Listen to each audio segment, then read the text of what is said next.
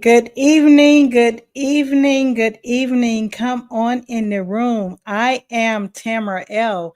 Welcome to another installation of Just Another Messenger. Now, each episode, we're going to dive deep into the past, examining the philosophies, decisions that continue to influence our world today. Now, what we like to do is by connecting the historical content to contemporary issues, we aim to spark thought-provoking conversations and encourage a deeper understanding of how history impacts current events as well as our culture and societal norms with a little bit of humor along the way with this episode. Now, in this episode 12, we're excited about this getting us started. We're going to dive into the struggles of decolonization that's going on across the globe. We're going to also explore the resistance, resilience, and the revolution as colonized nations continue to fight for independence and self-determination. Now, what does that self-determination look like? It's the ability to be able to control the resources of your land, as well as to be able to exercise your cultural folkways and norms. Now, let's continue to send those prayers out for restoration for those affected by natural disasters, as well as wars continuing around the world. Now, I'm very excited that we're growing on YouTube, so do not forget to hit the subscribe button, share, and the like over on our YouTube page to be a part of the conversation. You wouldn't want to miss it. Now, we're at 89 subscribers. We are 11 away from 100. We are new to this channel. We are growing. We have a nice following on our Facebook page, which is under my personal name, Tamara L. But let's get those numbers up. Let's hit 100 by next episode. So let's go ahead and go over. If you're on Facebook page, go ahead and go over to our YouTube page at Just Another Messenger and hit that subscribe, share, and like button. There is a lot of great content, and you're going to enjoy the information for tonight. Before we get started, let's just have a quick introduction.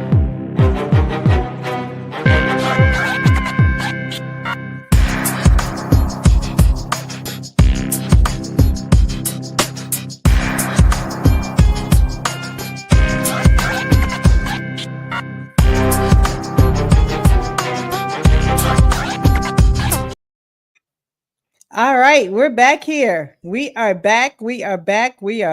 I'm going to bring our information up to the stage so we can go ahead and get started. So come on in the room. We're just going to give a little housekeeping rules before we get started here.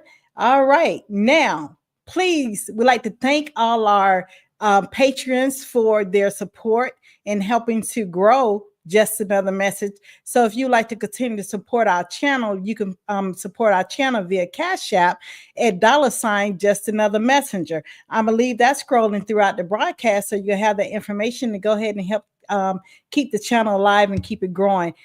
Just Another Messenger will not be monetizing on YouTube, so this is our way to grow our channel organically and to be able to keep it alive, as a lot of the content information that is provided through Just Another Message is being a bridge to help understand the information that is delivered through the mainstream media, to help you understand that historical language and contextual information is going on. Just Another Message is here to help you decode that information so you can have a better understanding and help get involved with the course correction that is needed. All right, now, like I said, the channel is growing. We're very excited about that. We are 11 subscribers away from 100. We're growing this channel organically. We're not buying subscribers. We're not doing any of that stuff. So please go over to our YouTube page at Just Another Messenger, and subscribe, share, and like. And if you like, you can follow us over on X at jam_404 podcast. That is jam _404 podcast. And if you like to send us an email, you need to contact us. You can contact us via email at justanothermessenger@gmail.com. Information scrolling across the bottom of your screen at justanothermessengerpodcast@gmail.com. Like I said, we're going to go ahead and hit that support button up via Cash App at $ at Just Another Messenger. We're going to leave that information up there. Please support the channel. Let's go ahead and get started with this thing tonight. All right. So tonight's episode 12, is called Homeland or Death, the Fight for National Sovereignty. This is dedicated. I'm very excited about this episode tonight. This is dedicated to a close friend of mine. Her name is Dorothy. We had this conversation. Hi, Malik Day, Name No More. Thank you, more. Thank you for all your support. Thank you for trusting in the information that I deliver and helping to keep the information flowing. Thank you very much. Dorothy, thank you very much for your support. Thank you for trusting me to help bring forth the information you wanted to know more about. So this is dedicated to you. Homeland or Death, the fight for national sovereignty. What is that all about? What is this fight for national sovereignty about? Now, recently in the news, when number 47, President Donald Trump gave his inauguration speech, he spoke of restoring the national sovereignty of the United States and being able to be a power nation and things of that nature. But let's look at this fight for national sovereignty. And when you think of national sovereignty, why I want to say the Aboriginal Native, I'm going to use some very colloquial words so it can make it very plain. Why is it that the copper colored people never see themselves as being able to be sovereign in the nation? Let's look at that, and let's look at the behind that. Disclaimer: the views, opinions, and thoughts are the protective expression of Tamara L for storytelling and educational purposes, and does not provide statutory counseling for any United States color or law jurisdictional proceedings. But I promise you my information will be very helpful in interim. All right, what's going on around the world? We have number 47 stirring it up with that pen. I mean, he is killing that pen. The pen is more powerful than the sword. He is signing those executive orders regarding affirmative action, DEA, diversity, equity, and inclusion. And if you anyone like me, let me tell you, I personally never benefited from a person affirmative action. I personally never benefited for DEA.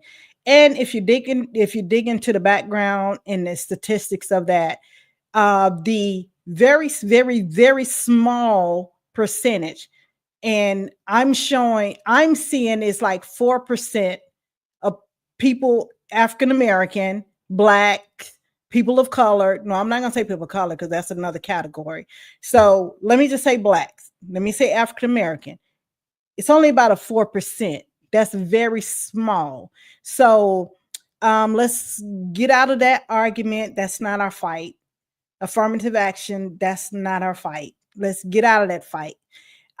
Immigration around the world. This immigration, ICE is out there and they're rounding them up. They're rounding them up. We can look at immigration in several ways because it's like the pot calling the kettle black. But when you have usurp the nation and taking control of a nation, and you have built the nation, you're creating the rules. So if you're creating the rules and it's your house now, you don't want an influx of people such as the people that the ancestors, the Slavic ancestors that came in and did to you what you did to other nations. So I understand the fight, but we can have that argument another day. All right, now Israel and Hamas.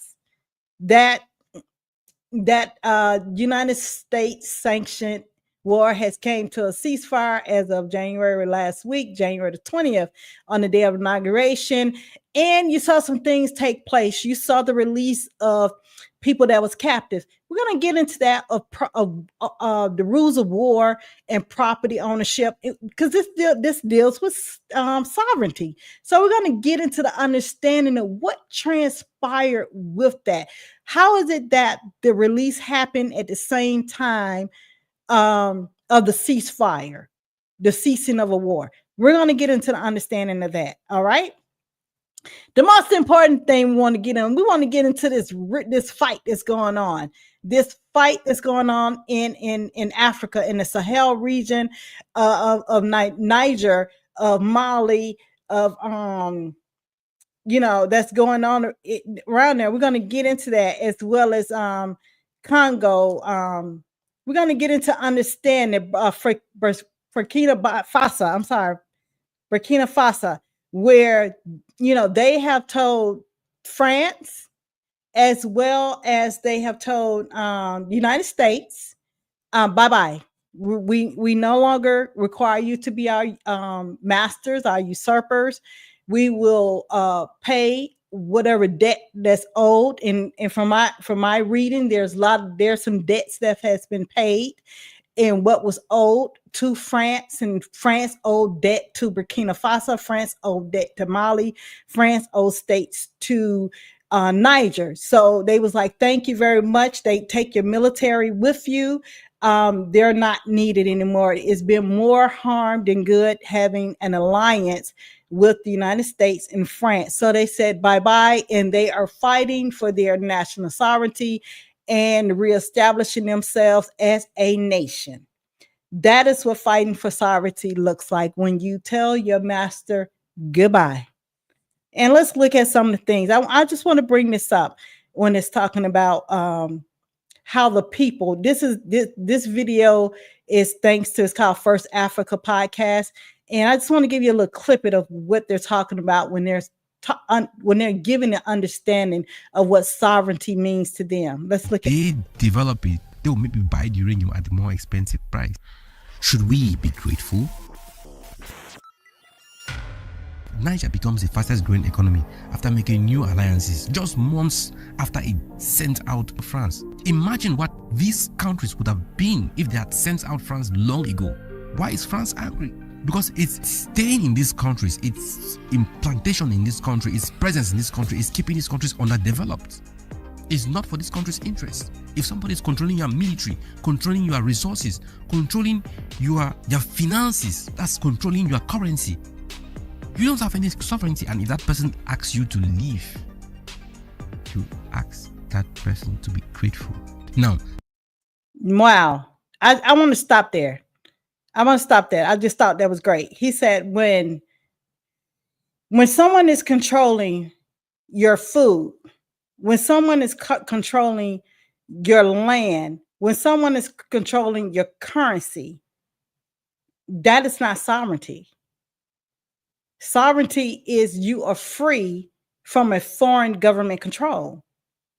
So, our African brothers and sisters over in Burkina Faso, over in Ghana, over in Mali, over in Niger, over in Senegal, they're starting to understand the unraveling, the decolonization that is required to be able to have freedom and control to the God-given resources in order to be able to be a nation. I mean, and like you said, controlling your military. So that was very telling information of what sovereignty represents. And we're gonna get back into that. Remember, I talked about the basis of civilization. Now, I'm going to drill this in each and every time. When we're talking about the basis of civilization, we're talking about the basis of society. we're going to talk about the God principle that operate within those societies, such as Christianity, Islam. It could be a mixture of all of them, but there's always going to be a majority of one within that society, such as Christianity, Islam, Buddhism, Confucian, Judaism, African spirituality. But each society will have it will have, like, it will be the major focus of that society. And then you have what you call law. Does that state, nation, society, does it operate on jurisprudence, which is positive law, or is it operating on statute, codes, ordinance, and act, which is negative law? Now we have to understand these things, because we go about everyday life as if it doesn't matter. And I understand that we have been castrated culturally, spiritually, mentally, genocide of the people of the Aboriginal, autochthonous, indigenous people of the land. And there's been this story that, we're all descendants of Africa, and that within itself is it can expand out to a 10-part series if so mote it be. However, we understand the bloodline connection of consanguinity and kin, but however, let's get into the understanding of we are a people who transcend date and time, which means that it's the bloodline that of the nomadic bloodline that populated the entire earth. So we are Aboriginal, autochthonous, indigenous to the entire earth. So with that being said, everywhere we go is home. And so we have to look at this thing in a global perspective. When you have the entire world has been colonized, and then we have to look at why we must now look at decolonization in a way to be able to bring some type of control and stabilization to the earth. All right, so we have to look at that. So in doing so, you have to look at law. You have to look at law. You have to look at positive law, negative law. I know we're inundated a lot with the bread and circles of entertainment, football, basketball, things of that nature. And then we don't see it apply because we cast our vote of confidence to someone as a House of Representative or a senator, and the election of presidents to be our representative. And that's not a representation of your nation, because in the background, you don't realize that your nation has been usurped and you're on occupation and colonization. So we're missing the aspects of even knowing that. All right. So then when you deal with language, like I said, I was having this conversation. I feel like, the conversation went, if someone is looking to understand, colonization, decolonization, things of that nature we're talking about, because it's not these broadcasts go on. It's not something this is not new. You've been having scholars that's way older than I that's been beating the drum of liberation and decolonization. But those drums continue to beat and vibrate up into the day. But however, the masses have not moved to the understanding of the awakening. And there's this now this movement to destabilize, what to say, wokeness. So wokeness is like to be aware. Like when you wake up every day, you woke. It means to be aware, to be in alignment with moving forward in your day and your understanding. So, with that being said, it's like, okay, what are we doing here? So you have to understand language. Language, I would tell anyone, as I started out being able to understand what's going on, I started with language. I give thanks to where it started, and I always give credit where credit is due. Thanks to Abdullah El Talib Mosley Bey. I started with etymology, because you can't go into just trying to read old textbooks and historical information and think you have an understanding, because it's in the words. It's in the etymology. Etymology is the true science meaning of the word, whereas semantics is the meaning, which means the word has changed over time. And that's why when we're doing this broadcast, I show those changes that happens over time. And like I said, in the basis is the people. It deals with the status of the people, of the civilization. You're dealing with the status of the people. All right. When I was in New York, I remember taking this picture of this lady. I asked, could I take this picture of you? She said, sure.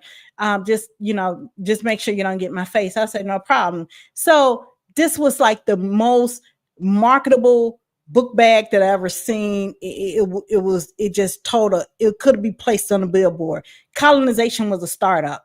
Startup what? Business. Colonization is a business. Let's first understand that. Colonization is a business, and the citizens within that business are the workers. Once we start to understand that, you will start to understand the need to decolonize. All right, let's look at this scramble for Africa. Let's look at that. Let's look at this scramble for Africa. This happened in 1854 to 1855, the colonization of Africa through the Berlin Conference.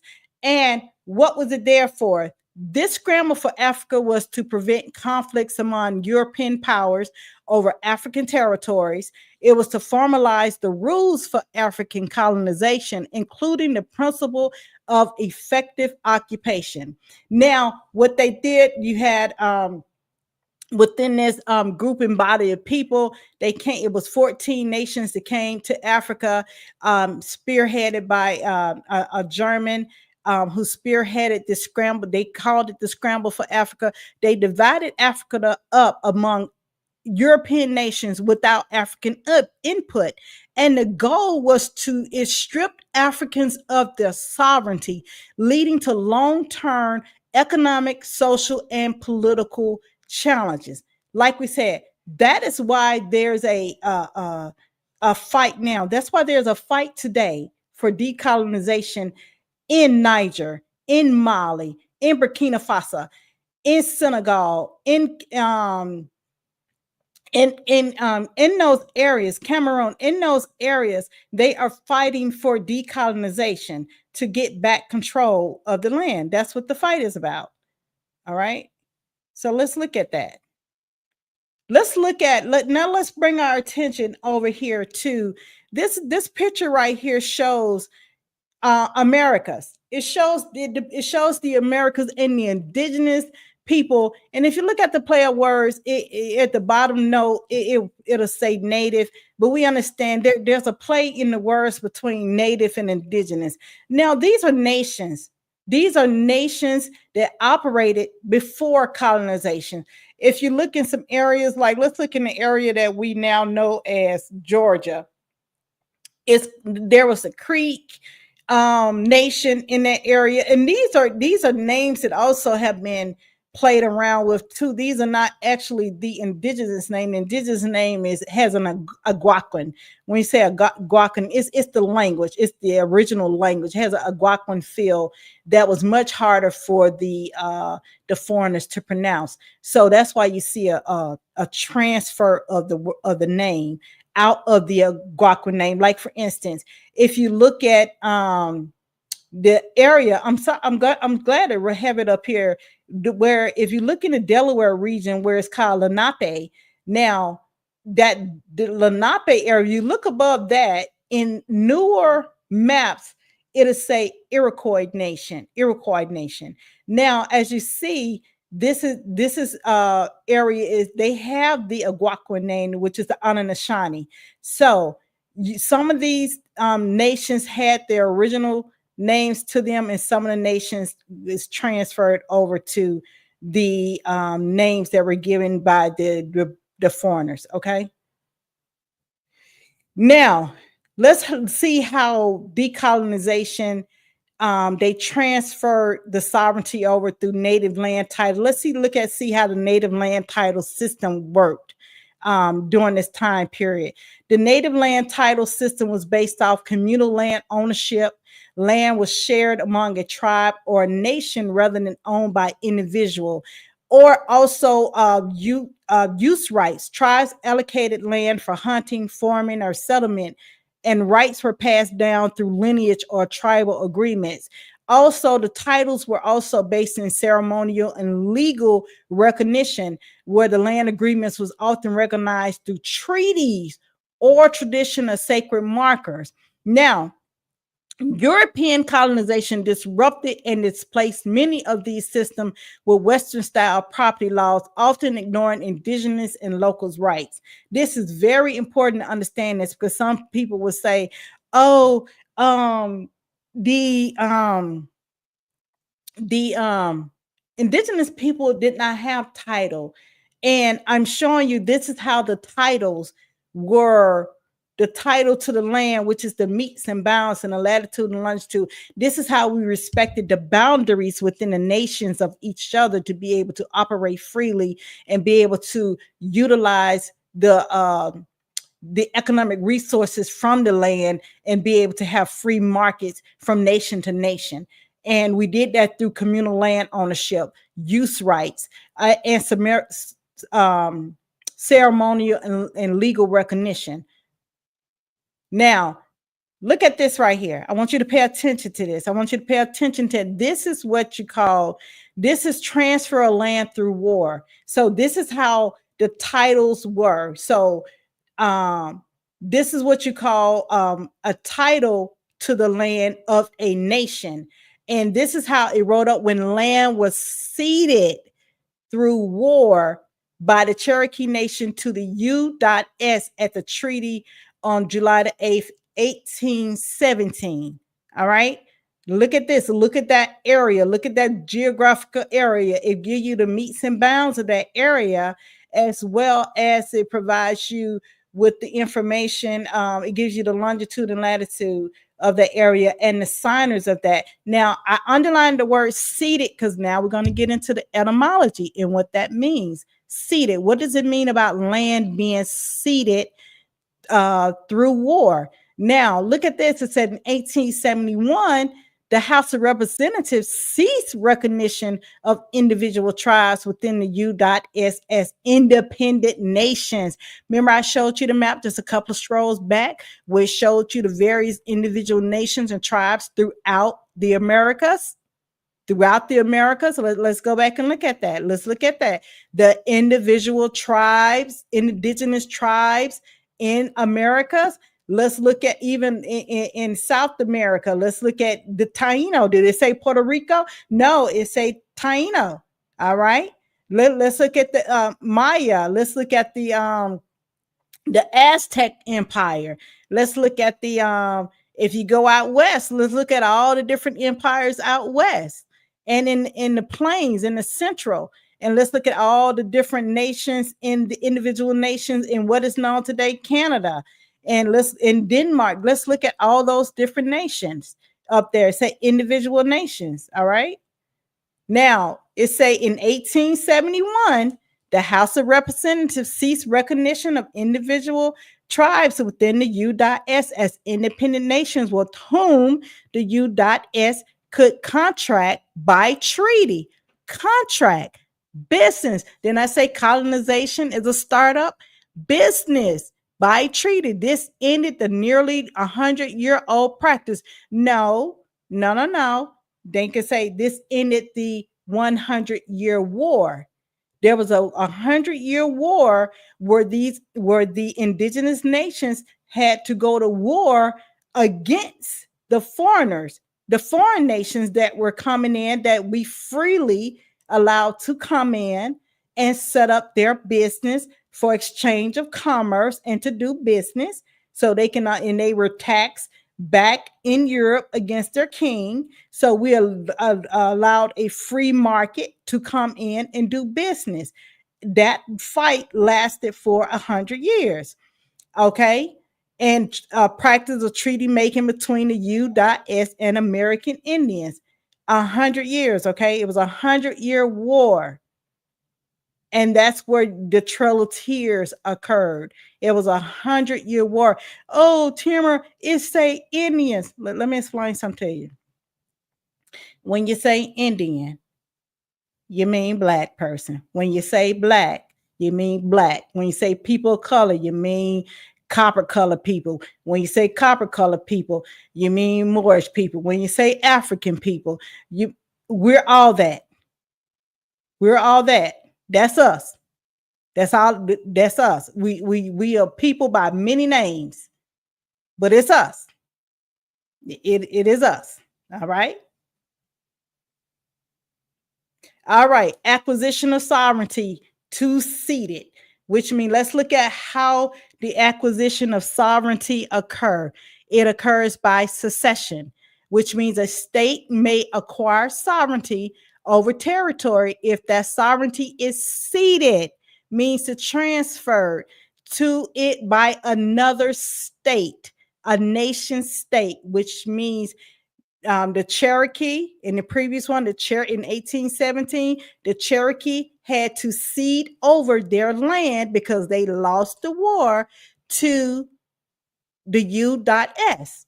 Secession is typically affected by treaty. So that was the treaty, ceding over to transfer the jurisdictional rights of the metes and bounds of the Cherokee Nation over to the U.S. And I'm saying the U.S. for a reason, because if you look, when you go and do your research and go and do your understanding, you will see it doesn't say America. It say United States, or say a lot of old literature will say U.S. of America. Of means belonging to America, which is a subset, like United, because before it was United States, it was United States of British America, because British originally had the zone of the area which was known as the 13 colonies. It was British North America. So you're going to see that was before the U.S. came into its effect. All right. Now, it's a conquest, acquisition of sovereignty by conquest. Now, let's see how this happened. It's a direct annexation, the acquisition of territory by way of force for gaining sovereignty over nearly acquired territory. Now, this is what happened with the Berlin Conference. This is what took place in the Berlin Conference of 1854, where the 14 European nations took the African sovereignty by force, by conquest. That's what happened. Now, there was a lot of conquest in America as well, but there was also a lot of ceding over of the land that took place as well. And I say, okay, newly acquired power to acquire territory either by conquest or treaty is vested by the Constitution in the United States. Conquered territory, however, is usually held as a mere military occupation. Now, if you go back and look at previous videos, you would see where I spoke about the military act that took place during the war between the Union and the South and the Union, that fake war that took place. All right. Now, did it happen in the physical? Yes, but what was behind it was not what was really behind it. All right. So it's a military occupation until the fate of the nation from which it is conquered is determined. So basically, you get nations are placed in what you call the military camp, military occupation. So let's do it like this. Okay, like if you say, when I say that the indigenous people of the day are under occupation, usurpation, and colonization, those are three different things. Let's look at that. Those are three different things: usurpation, occupation, and colonization. Those are three different elements that are taking place. Now, when you say occupation, when someone say, what is your address? And you say, my address is 123 Rose Way. That is a military address. So your residence is in a military occupation zone. Let that sit. Sit on that. Your address is a military occupation zone. So that's why you're on the military, you're on the military occupation, you're under colonization of a foreign nation, not the original indigenous attachment of the land. You're on the colonization and you're on the usurpation, which is another nation utilizing the resources, your natural resources, for its commerce and gain. Let that rest. All right. We got to understand this, because guess what? Guess who understood that? Guess who understood that? And guess who understood that well? Burkina Faso understood it. Mali understood it. Niger understood it. Ghana understood it. Senegal understood it. Like you said, when someone is controlling your finances, someone is controlling your military, someone is controlling your food and your land, you're not sovereign. You're under occupation, usurpation, and colonization. All right, prescription. Now, this is what Donald Trump referenced to, but did not say. America is under acquisition of sovereignty based off prescription. Prescription is related to occupation and refers to the acquisition of sovereignty by way of the actual exercise of sovereignty, maintained for a reasonable period of time that is effected without objection from other states and countries. You don't hear anybody, black, Negro, color, saying I object. And when the objection occurs, there's fight and resistance to it to keep it quiet. So therefore, the prescription of sovereignty will continue to remain. So when you hear these words in the news, you have to know the message that they're sending out to one another. They're sending the messages out to their other nations that have the prescription of acquisition of sovereignty when there's no resistance against it. Now, what are they talking about here? What are they talking about? Sovereignty. What are they talking about? Sovereignty. What sovereignty was usurped? Let's get into it. The sovereignty was usurped. It was the sovereignty of Morocco. Oh, Tamara, Morocco is over in Northern Africa. It's over there. And no. Let's do some research now. We're going to go deeper into the research and understand that. Let's bring this up. Let's see what Hillary has to say about this. Let's see what let's share our screen and see what Hillary has to say about this. Let's see. All right. Window. All right, let's see what she has to say about this. All right. Let's play this and see what all Hillary has to say.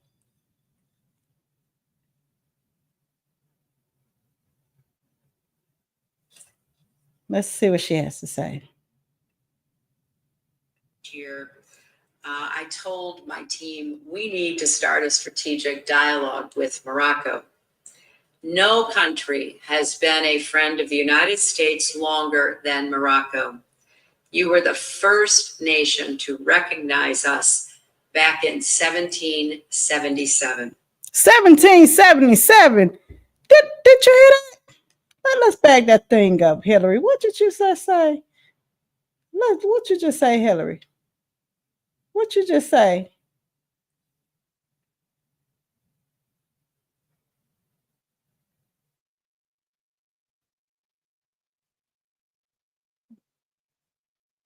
All right, we heard that. We heard that, Hillary. We heard you. All right. So Hillary said 1777. 1777, the relationship between the United States and Morocco. And it was the first nation to recognize the United States. That's what Hillary said. That came out of Hillary's mouth. I didn't say that. That came out of Hillary's mouth. Let's look at something else. Let's look at something else. So we're going to get this. We're going to get this right. We're going to get this understand. We're going to get this right today. This thing is acting a little quirky. Let's share the screen. And I knew it was going to act a little bit crazy today, but let's look at this. Let's look at this.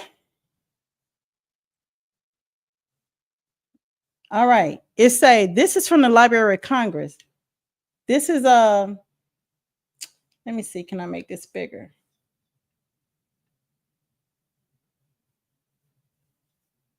Okay, here we go. All right, let's see if we can make this bigger. This is from the Library of Congress. It say this is to certify that the collection of the Library of Congress contain a publication entitled "The Public Statutes of Large of the United States of America," Volume 8, and that the attached copies, the title page, and the verso of the title page and pages 100 through 105 are true representation from that work. From what work? Let's see what it say. Let's look at this. Wow, let's look at that. It say, by authority of Congress, the public statutes at large. Let me make sure I get myself out the way. Hopefully we can show people this. Let's look and see what that say. All right, it say, by authority of Congress, the public statutes at large of the United States of America from the organization of the government from 1789 to March the 3rd, 1845, arranged in chronological order with the reference to the matter of each act and the subsequent acts of the same subject. And this is volume 8, 1867. What it talks about. It talked about a treaty of peace and friendship between the United States of America and His Imperial Majesty of the Imperial of Morocco. What did it say right here? January of 1787. So let's not start talking about Morocco over there, because the Kingdom of Morocco did not exist in 1787. The Kingdom of Morocco did not exist in 1787. All right. So it's talking about Morocco, America, Morocco, America. It's talking about that. This is the connection. This is the nation-to-nation government, Morocco, America. That is the relationship in which they know about. That is the nation that is laid down, hidden from the people to rise up and assume its power again. That's the nation that's being hidden. All right, we can go into that. Let's go into this. Let's go into one article and see what it's talking about here. Let's go into one article. I hope you can see that. I wanted to go into Article 6. Let's go into Article 6. Let's go into Article 6. It said, if any more shall bring citizens of the United States or their effects to His Majesty, and the citizens shall immediately be set at liberty, and the effects restored, and in like manner, and if any more, not a subject of these dominions, shall make prize of any of the citizens of America, it says citizens of America, or their effects, and bring them into any of the ports of His Majesty, they shall, and the ports of His Majesty, it doesn't say the ports of the United States, it say the ports of His Majesty, they shall be immediately released, as they will then be considered and as under His Majesty's protection. And this subset is called citizens of U.S. captured to be released. It say the port of His Majesty. It doesn't say the ports of the U.S. All right. So this is the information that's been hidden. This is the nation they don't want you to know about. That's the nation that they don't want you to know about here. All right. Now, let's look at how the The 1783 treaty with the British Crown granted the United States viz. Its sovereign power. Let's look at that. The definitive peace treaty between Great Britain and the United States of 1783, also known as the Treaty of Paris of 1783,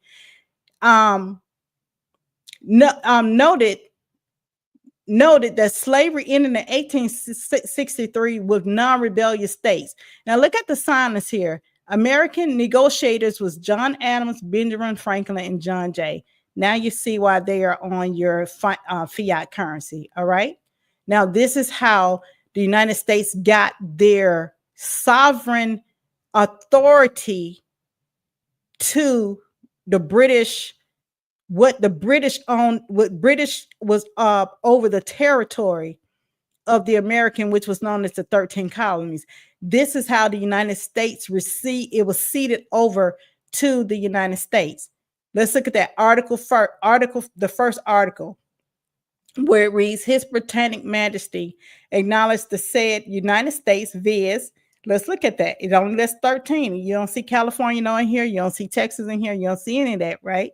It's a New Hampshire, Massachusetts Bay, Rhode Island, and Providence plantations, Connecticut, New York, New Jersey, Pennsylvania, Delaware, Maryland, Virginia, North Carolina, South Carolina, and Georgia to be free, sovereign, and independent states.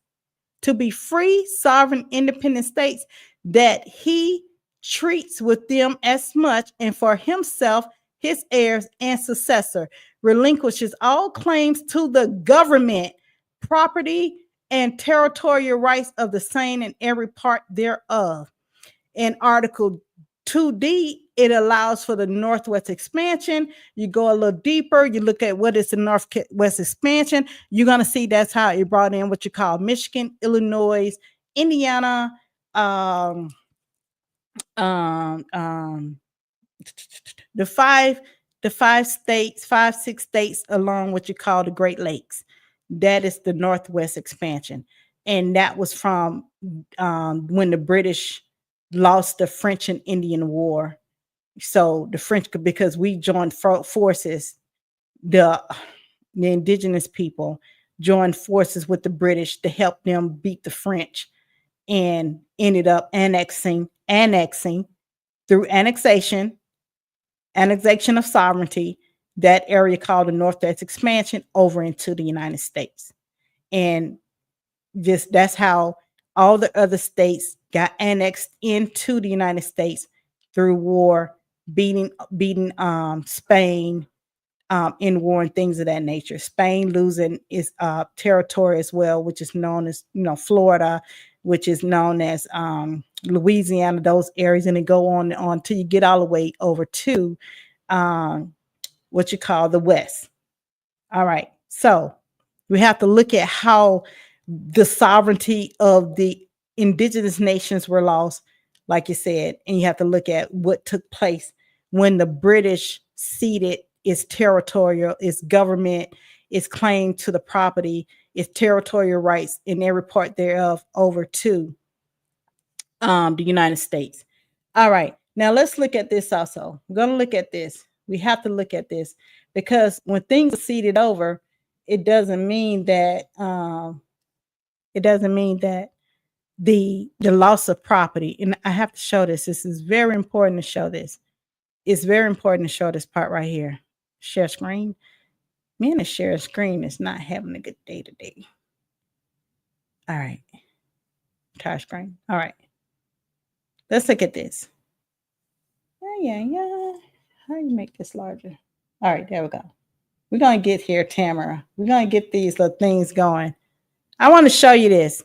I want to show you, this was a case which is called Society of New Haven, which is a U.S. Supreme Court 21 U.S. 464 5 L edition 662. And this happened in 1823. 1823. If Society for Propagating the Gospel in Foreign Parts versus the town of New Haven. Then we say Connecticut became part of the U.S. All right. So the town of Connecticut, the town of New Haven, which is in Connecticut, Let me get myself over here. And let's look at see what it read. It say, now this is what happened. This is called the rules of war.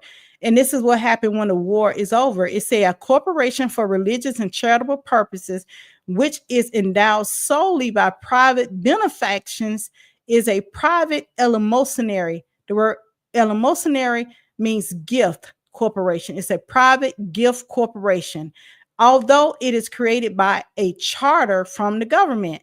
It said the capacity of private individuals, British subjects, or of corporations created by the crown in this country or in Great Britain to hold lands or other property in this country was not affected by the revolution. Let's look at that. Let's go to the highlighted part. It say the property of British corporations, the property of British corporations in this country is protected by the 6th article of the Treaty of Peace of 1783 in the same manner as those of natural persons, which means the natural person is supposed to return back to the state in which they were before the war happened. And their title thus protected and is confirmed by the 9th article of the Treaty of 1794, so that it could be forfeited by any intermediate legislative act or other proceedings for the defect or a lineage. It's look at this. It say the termination of a treaty by war does not divest rights of property already vested under it. Did you get that? Did you get that? Did you get that? It say the termination of a treaty by war does not divest rights of property already vested up under it. The people's status supposed to go back to the people's status. It's not the naturalization into a foreign nation is a violation of the war. It's a violation of the principles of war. So, which means that if a war occurred on the people of that nation, and even if that nation lose the war, those people have a right to still be up under the sovereignty of their nation, the culture of their nation. Let's see what happens here. Let's see what happened through deed. There's a change of the land ownership. By now, it was cultural. Now it goes to recording of the deeds in the foreign jurisdiction. They use the deeds to record the ownerships of the land. Now, let's look out. The pen is mightier than the sword. Let's look at the linguistic origin, which means the language origin of the word deed. The term deed comes from the Old English word deed, meaning an act, action, or accomplishment. It's Proto-Germanic root. Dides means to do or to set in place. Let's look at how they break this down, which means that you have to ask yourself, how is it that in action, which means to do, correlates to the land? And look at the political genocide with the language that's being used to have acquisition of sovereignty over the land. They say a deed sets a property's ownership. It legally places the land in the hands of new owners, and it puts the transfer in writing as an official record. So they use the word deed, which means to do or to set in place, where they take the land and set it as a property ownership. The deed sets a property ownership and place the land in the hands of a new owner and puts the transfer in writing as an additional record, in which that's why they record the deed in the deed of records to show they now have jurisdictional ownership of the metes and bounds of that territory. Now, the U.S. deed recording system is done by either race statute, which means the first party to record a deed prevails, regardless of whether they know about prior unrecorded interest. The key rule is first to record wins. They also have a system called notice statute, which is a bona fide purchaser, someone who buys property without notice or a prior claim prevails over any unrecorded prior interest, even if they don't record it first. The key rule is last good faith purchaser without notice win. And lastly, you have the race notice statute, which is a combination of the race and the notice statute, is when a bona fide purchaser prevails only if they record first and had no notice of prior unrecorded claims. The key rule is the first good faith purchaser to record. Now, deed recording in the United States, it dates back to the 17th century during the colonial period. Now, the practice was influenced by English common law and was established as a way to maintain public records of land ownership and transaction, which would be the recording of the acquisition of the sovereignty of the jurisdiction of land. That's what we're talking about here. Now, the transferring of this land of the sovereignty by way of the land, which you got to remember, this episode is called Homeland or Death. This is dealing with the sovereignty. The sovereignty is tied to the land. So this violates the ecclesiastical laws, because if you look at Proverbs 22:28, it say that, and these are the covenants in which this foreign jurisdiction, remember we talked about the different principles, the main principle being the God principle in which a society is to move by. So this society of the United States stated that the Bible is their moral compass and guide, which are the covenants and laws within the Bible, right? Which are in the Bible. So which means recording that those deeds and jurisdictional moving from the indigenous people not being restored back after war, you violated Proverbs 22:28, which states to remove not the ancient landmark which thy fathers have set. So when you remove the people, their boundaries from being over jurisdiction of that territory, there's a violation of war that still goes on today.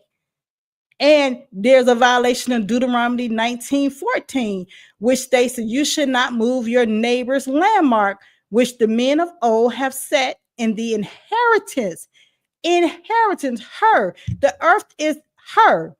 The inheritance is in her, that you will hold in the land that the Lord your God is giving you to possess. Let's look and see what possess means. The etymology of possesses. It comes from late 14th century. This is a more older version of it, which is a more semantical version. Possession means to hold, occupy, inhabit without regard to ownership. Without regard to ownership. A back formation from possession, and in part from Old French possessor, to have and to hold. Let's see what that word comes from. To have and to hold not only deals with property of the physical structure, to have and to hold also deals with marital property connections of the woman. So when people are going down the aisle, this one of the informants, which is the person, the officiant who's doing the ceremony, they have to say this.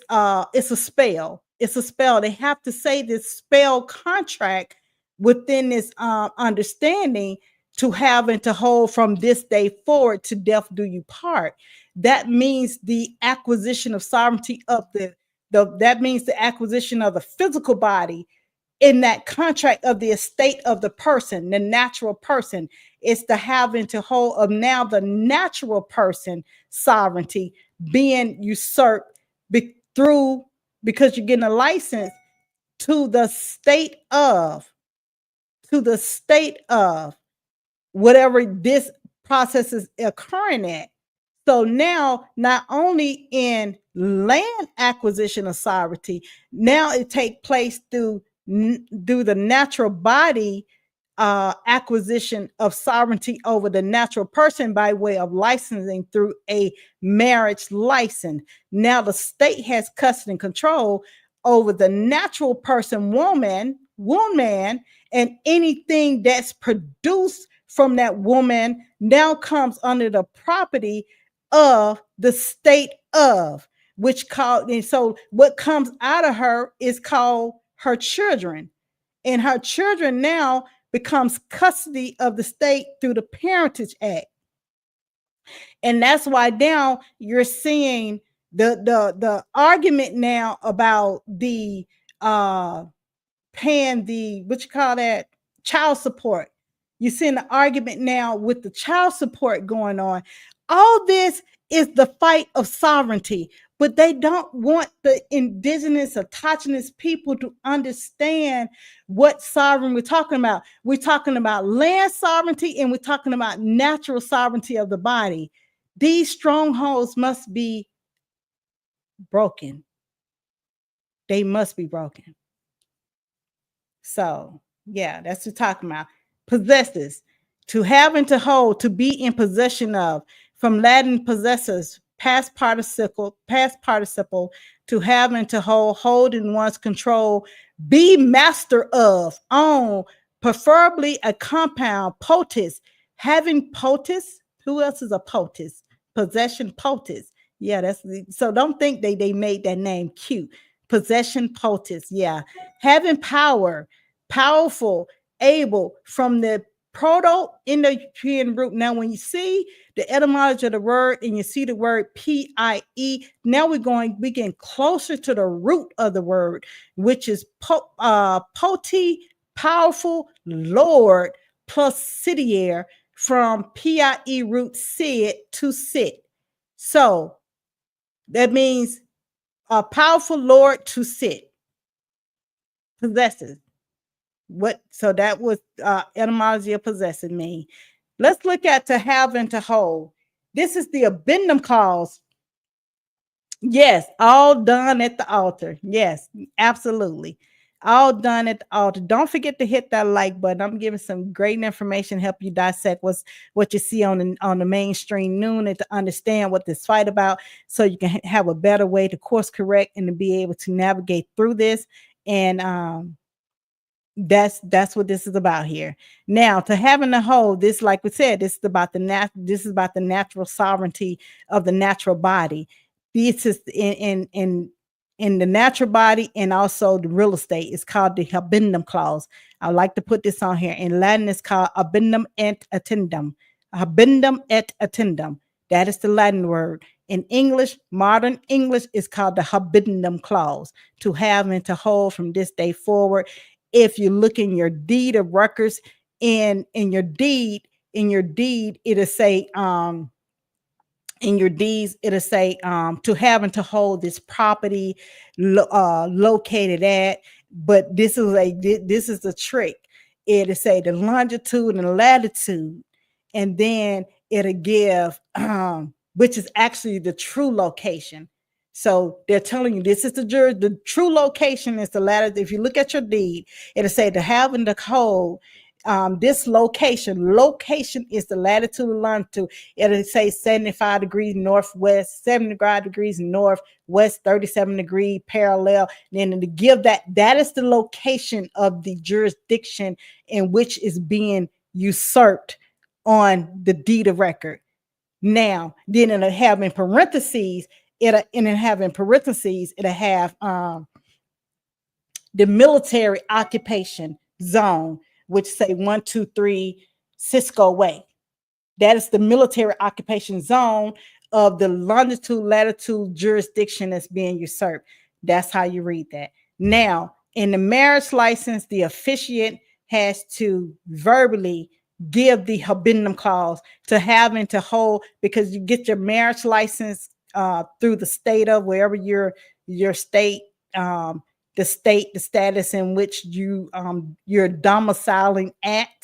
And so when people have these ceremonies, the officiant, who's an informant for the state, have to give the spell to having to hold from this day forward to death do your part. That is an agreement to give your estate for the woman. You're giving the woman estate over. Estate, her wombs, her eggs, over to the state of whatever that comprised of.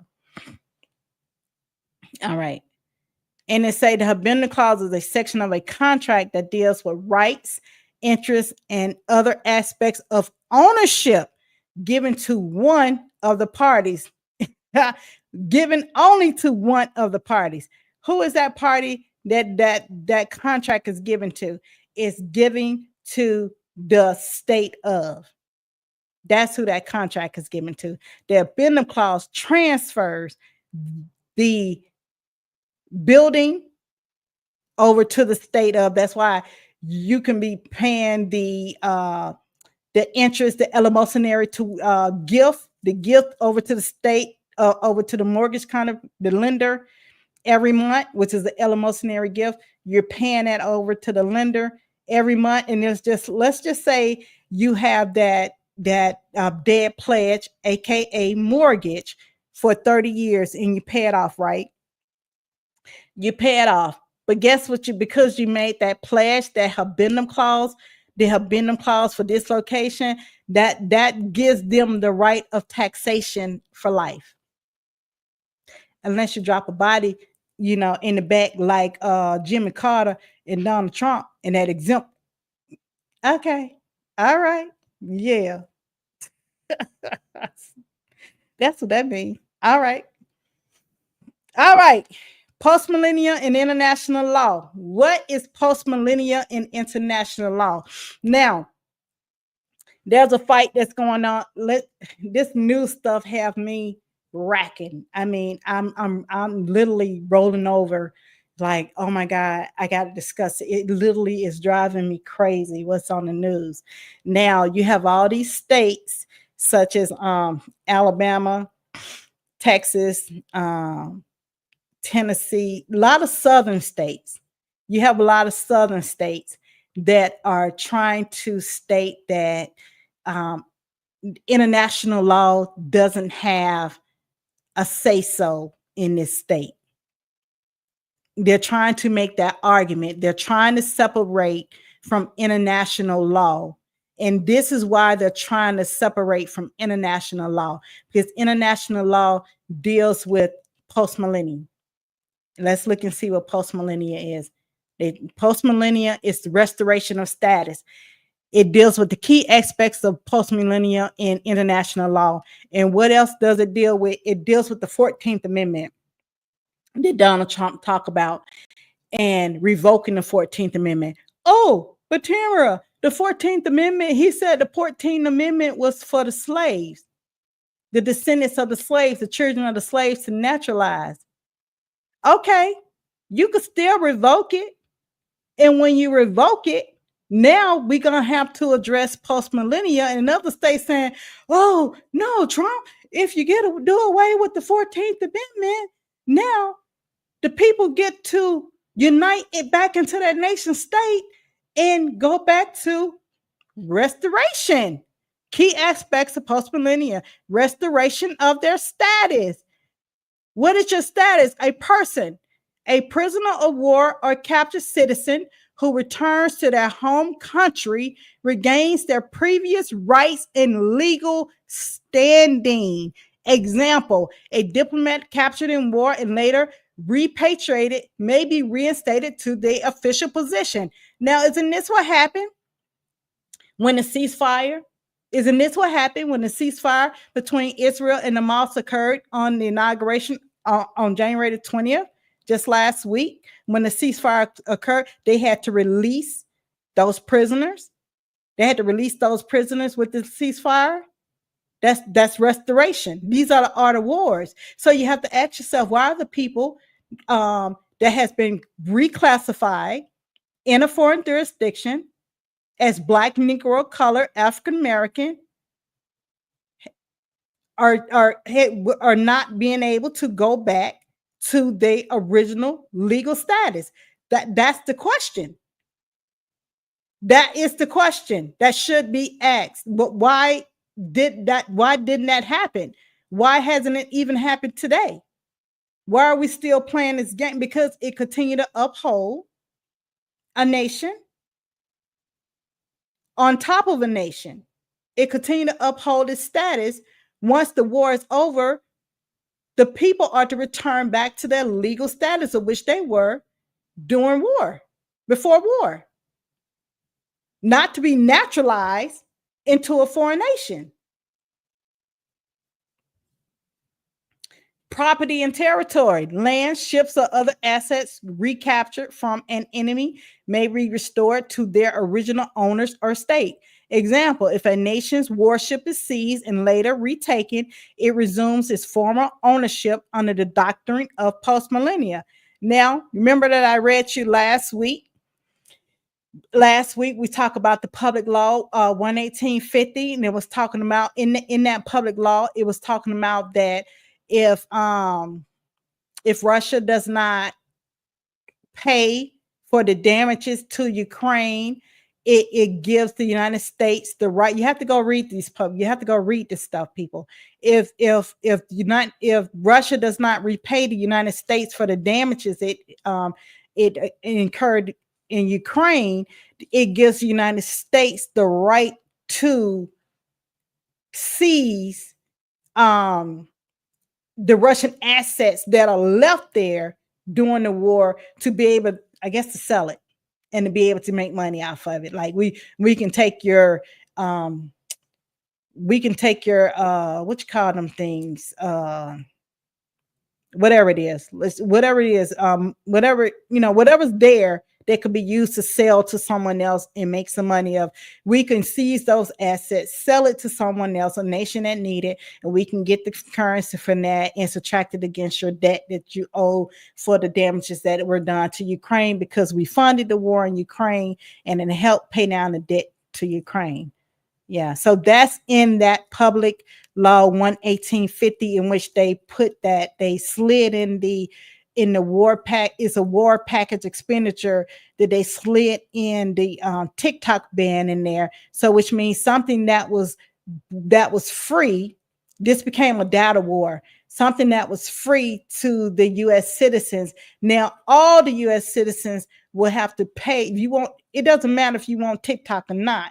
This is a business sale transaction. So if TikTok stay relevant and stay online and active, all the U.S. citizen will be paying to have TikTok, because it's inside of that war package, that act of public law 11850. So that's what it's talking about in there.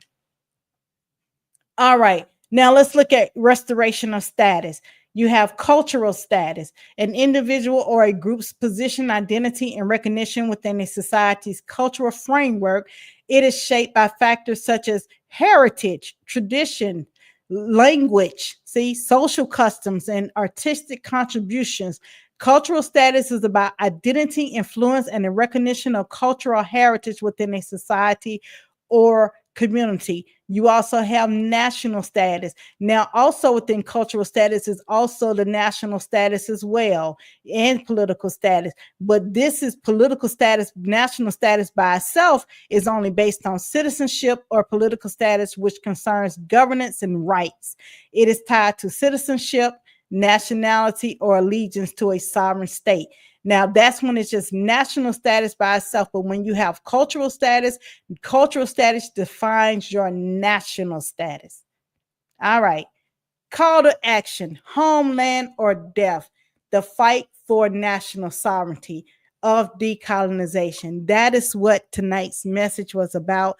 Hope it helps you to decode the information that's on the mainstream media. What this context is the context of the past that's going on in the past is the same context and the information that is going on today. Now, this information is not new. It just continue to move forward. Like I said, we have to know how to look at this information so we can make headways for course correction. Because what's happening is that we are heavily cultural, mentally, and physically castrated from our original nation, from our culture, our folkways, our Norways. And if we continue to delude to these labels that no longer serves us, Black, Negro, colored, African American, we will continue to find ourselves. We're at 250 years of when this nation became a nation. It's not 400 years, it's on almost 249, 48 years. We will continue along this path. And that's why you have this fight for national sovereignty that's going on with Mali, Burkina Faso, Niger, Ghana, and the other African nations to rid these foreign occupiers of the God-given land and the resources in which to be able to grow. That's why you're here, for liberty, the same liberty in which they desire for themselves. We should be desiring for ourselves. So we can no longer keep looking at this fight as being an African fight. This is a global fight of decolonization throughout the world. I thank you for tuning in. Please continue to support the channel. Donate via Cash App at $ just another messenger. I hope this information wasn't too tough. Please go back, rewind, take notes, take screenshot of the PowerPoint of the information that is put up. I like to provide this information because I don't like to talk and I'm just talking and rattling through my head and someone don't know the information in the context of where I'm coming from. So please continue to support the channel. Please subscribe. Like I said, I'm so excited. The channel is growing. We're 11 subscribers away from 100. I'm excited because we're doing this organically. This channel is not for everyone. It's for those who are at a point where you see something and you're going to do something. That's what Just Another Messenger is about. All right. So please continue to subscribe, share, and like on our YouTube page at Just Another Messenger. Follow us on X at JAM, JAM _404 podcast.